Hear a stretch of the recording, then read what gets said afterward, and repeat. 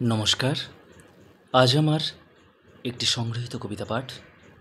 যে শহরে ১০০ টাকায় নারীদেহ পাওয়া যায়, যেটা সম্পূর্ণ মন দিয়ে শোনার অনুরোধ রাখছি। কবিতাটি আমি কথা দিলাম আপনাদের হৃদয় স্পর্শ করবে এবং সম্পূর্ণ কবিতাটি শুনেই আপনাদের মতামত জানাবেন। যে শহরে ১০০ টাকায় নারীদেহ পাওয়া যায়, সেই শহরে নারীর জন্য কান্না করতে যাব কেন? ছেলেটার কথা শুনে একটু অবাক হলাম।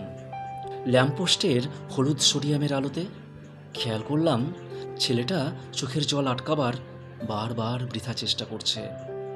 অর্ধ খাওয়া সিগারেটটা ছেলেটার দিকে এগিয়ে দিয়ে বললাম, টানার অভ্যাস আছে? ছেলেটা আমার হাত থেকে সিগারেটটা নিয়ে নিকোটিনের ধোঁয়া আকাশে ছাড়তে ছাড়তে বলল, মহিলার সাথে আমার ৩ বছরের প্রেম, অথচ ১৫ দিনের মতো পরিচয়ে সে অন্য একটা ছেলের সাথে রাত কাটালো। আচ্ছা, সে যখন অন্য একটা ছেলের সামনে নগ্ন হচ্ছিল, তখন কি একবারও আমার কথা মনে হয়নি সেই সব দিনের কথা, যাকে এক পলক দেখার জন্য সারাদিন ওর বাসার সামনের কদম গাছে বানরের মতো ঝুলে থাকতাম। এলাকার মানুষজন তো আমার নামও দিয়েছিল কদম গাছের বান্দর। ছেলেটা যখন ওর উন্মুক্ত বুকে নাক ঘষছিল, তখন তার একবারও মনে হয়নি আমার কথা। তার থেকে দূরে থাকতে হবে বলে আমি ঢাকা বিশ্ববিদ্যালয়ে চান্স পেয়েও ভর্তি হইনি। ছেলেটা যখন লালসার চিহ্ন ওর সারা গায়ে এঁকে দিচ্ছিল, তখন কি তার একবারও মনে হয়নি আমার কথা? আমার চুম্বন তো শুধু ওর কপালেই আটকে ছিল, কখনো তো কপাল থেকে ঠোঁট অবধি পৌঁছয়নি। তাহলে কি এটাই আমার ভুল ছিল? ছেলেটার প্রশ্নের কোনো উত্তর দিতে পারিনি। শুধু যাওয়ার সময় সিগারেটের প্যাকেটটা ছেলেটার হাতে দিয়ে বললাম, যদি পারো কষ্টগুলো নিকোটিনের ধোঁয়ার সাথে উড়িয়ে দেওয়ার চেষ্টা করো। যদি কষ্ট উড়াতে পারো, তাহলে হয়তো বেঁচে যেতে পারো। রাত কয়টা বাজে জানি না। বাসা থেকে বের হবার সময় ঘড়ি, ফোন কোনোটাই আজ সাথে আনিনি। দিন হলে হয়তো সূর্য দেখে বলে দেওয়া যেত কয়টা বাজতে পারে।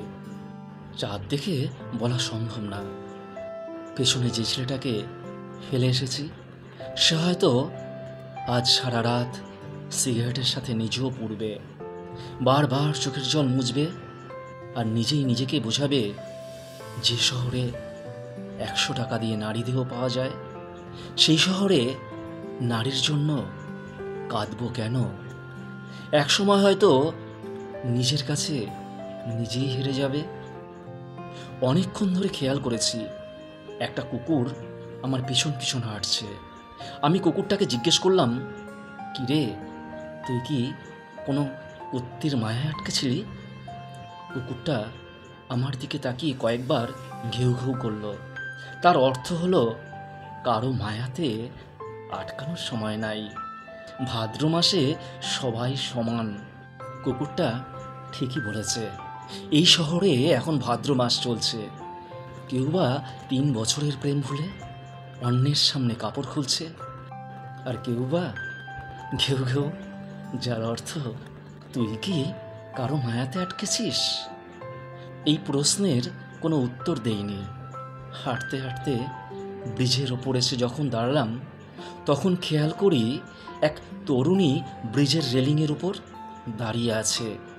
আমি পেছন থেকে মেয়েটাকে বললাম, ঝাঁপ দিয়ে লাভ নেই, মরবেন না, নদীতে এখন হাঁটু পানি, উল্টো কাদায় মাখামাখি হবেন।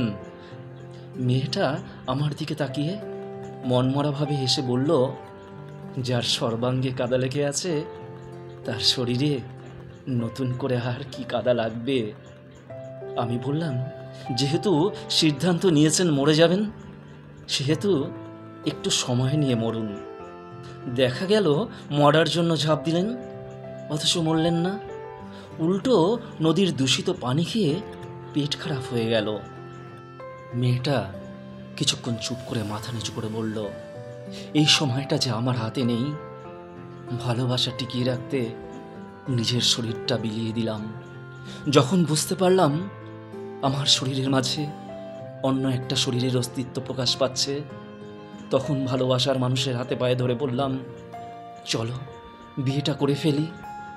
সে বিয়ে করেনি নিজের ক্যারিয়ারের জন্য, বরং আমাকে বাধ্য করেছে এমন একজনকে খুন করতে যার এখনো জন্মই হয়নি। ভালোবাসা টিকিয়ে রাখতে এটাও করলাম, কিন্তু যার জন্য এত পাপ করলাম তাকে পেলাম না। সরকারি বড় পোস্টে জব পেয়ে যাওয়ার পর মানুষটা আমায় বলে দিল তার সাথে নাকি আমাকে মানায় না। আজ অন্য একটা মানুষকে বিয়ে করে নিল। অন্য একটা নারীর চোখের দিকে যখন সে তাকাবে, তখন কি আমার কথা ওর একবারও মনে পড়বে না?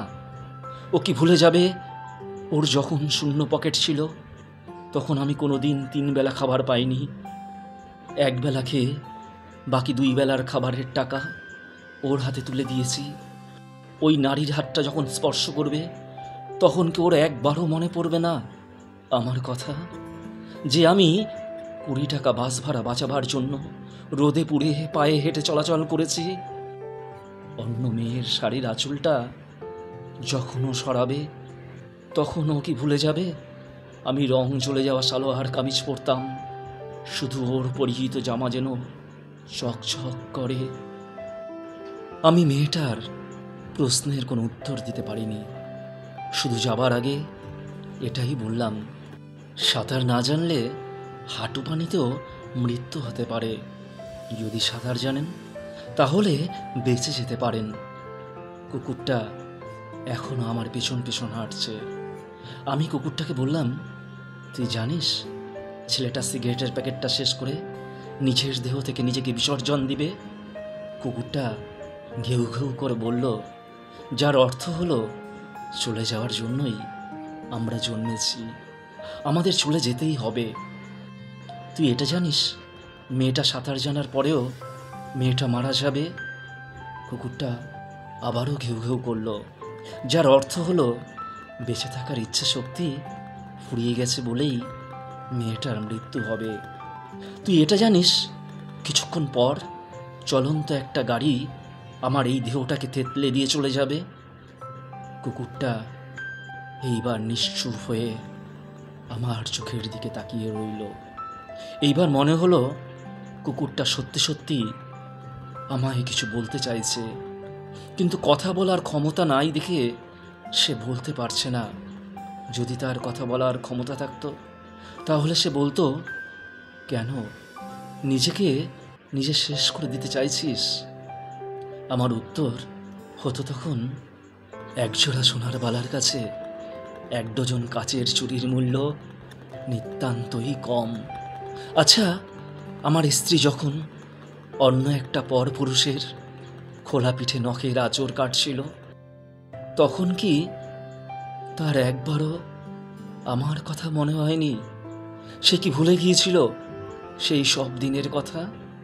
প্রতিদিন বাসায় ফেরার সময় তাহার জন্য বুক পকেটে করে বেলি ফুলের মালা আনা, শাড়ির কুচিগুলো ঠিক করে তার বাঁকা টিপটা সোজা করে দেওয়ার কথা, কিংবা মাঝরাতে 2 জনের ঝুম বৃষ্টিতে ভিজা? আমার খুব কষ্ট হচ্ছে।